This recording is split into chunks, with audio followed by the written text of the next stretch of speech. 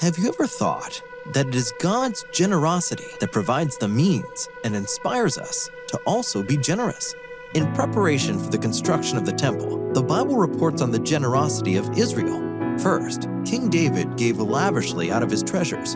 Then, the other leaders gave willingly, following his example.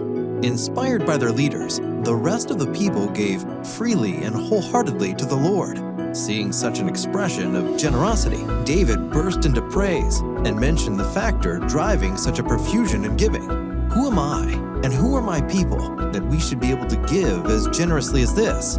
Everything comes from you, and we have given you only what comes from your hand. David understood the important truth that our giving should be only a response to what God had already provided.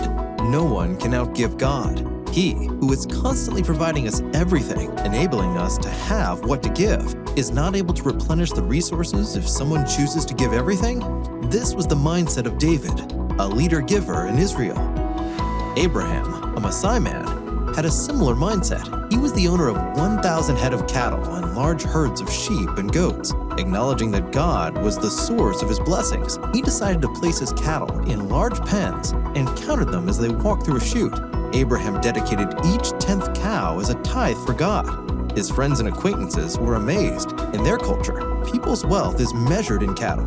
One doesn't just give away their cows. They began to mock him, and many people declared him crazy.